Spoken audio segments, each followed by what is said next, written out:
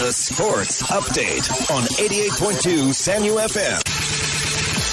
Arise and shine Uganda. Clive Kyazze is my name, here with the latest in the world of sports, and we are coming to you straight from the heart of Kampala. Now, the Crescent Cranes will start their journey to try and qualify for the 2026 Women Africa Cup of Nations finals today, when they do take on Ethiopia at Nachivo Stadium in the first leg of the qualifiers. Head coach Charlie Modest is well aware of what her team needs to do to overcome Ethiopia. So from a defensive point of view, we've been making sure that we do not concede. We cannot concede because we're playing at home, and they're still in the waiting for us. So we will make sure and do everything in our midfield that we are going to be as compact as possible, so that we do not give them a chance to get forward and hook up with and find Loza. She is the threat. She's the captain. She's strong. She's strong off the ball, left and right. Very good on the ball, turning back to a defender.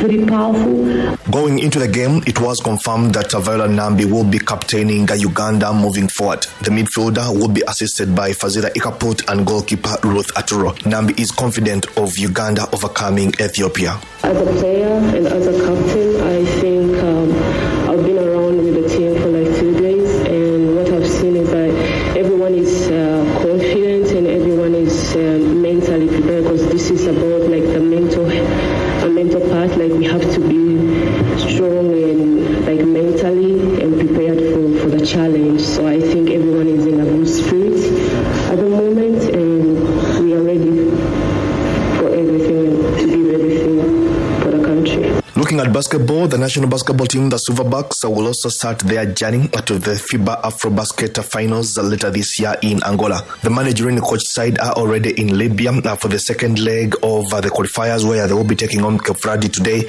Nigeria tomorrow, and host Libya on Sunday. Uganda, already in third position from the first leg of the qualifiers played last year in Tunisia, will need to pick at least one win to book their ticket to Angola.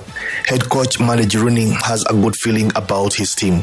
Every time you have guys all together working out for a common goal, it just gives you a good feeling about the whole process. Some of the players that have played with us over time and have been successful, so having them back in the team makes us strong, but it also gives us hope to have a good tournament. We've been in this situation before where we played qualifiers, first window and second window, and you know how important second window of the qualifiers are. As Uganda, we've played Cape Verde, so I think having played them before gives us confidence that we can do it again. Silverbacks captain Jimmy Nabo says the team is ready. We feel ready. We are psyched up. There's great energy. We are very positive just going into this competition. It feels like the band is back together. Some players weren't around in the last campaign, like you said, but we haven't seen each other in a while too. So there's all that. We've built chemistry over the years, friendship, teamwork, and now we have an opportunity to play together again. We practice well, we practice hard, so we just have to bring the aggressiveness and mental sharpness so we can play well. We take pride in playing at a very high level. This is another opportunity for us to play at that level. I think the past few years have shown that we belong, and that's something that we ride on as a team, as a country, and we just want to maintain that for as long as we can. Now, looking at African football, the stage is set for the knockout phase of the 2024-2025 Total Energies CAF Champions League, following the quarterfinals and semi-final draws conducted yesterday in Doha. Defending champions Al Ahly of Egypt will be facing Sudan's Al Hilal in what promises to be a high-stakes encounter. Pyramids FC, the Egyptian side that are impressed with their attacking prowess, will face Moroccan giants AS FAR. In another mouth-watering clash, South Africa's Mamelodi Sundowns will be taking on Esperance of Tunisia. The final quarter-final match will see MC Alger of Algeria, who conceded just 2 goals during the group stages, take on South Africa's Orlando Pirates. Now, following the quarter-final draw, the semi-final lineup was also determined. The winner of the clash between Mamelodi Sundowns and Esperance will face either Al Ahly or Al Hilal. Meanwhile, the victor between MC Alger and Orlando Pirates will meet the winner between Pyramids and AS FAR.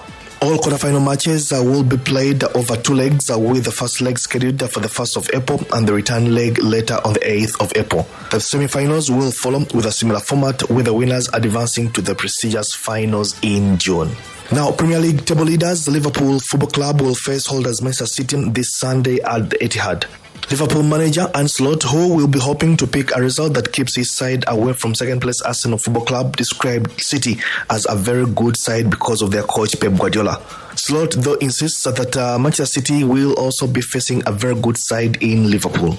We know already how difficult it is to go to the Etihad, so we don't need Arsenal to get involved in that even more.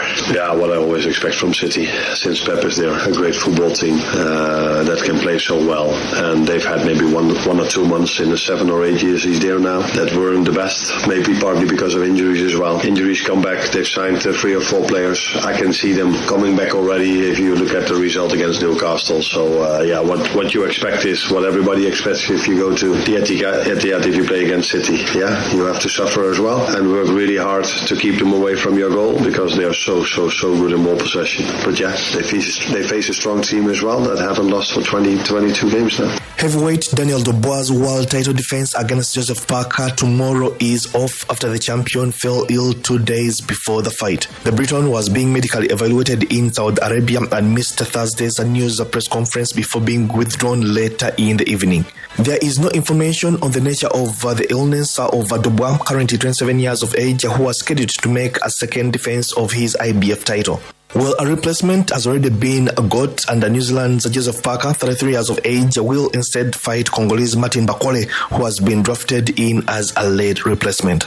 And that brings us to the end of the sports update. I'll be back at 4:30 p.m. Good morning. The Sports Update on 88.2 Sanyu FM. We'll hook you faster than your phone charges. 88.2 Sanyu FM. Today's best music.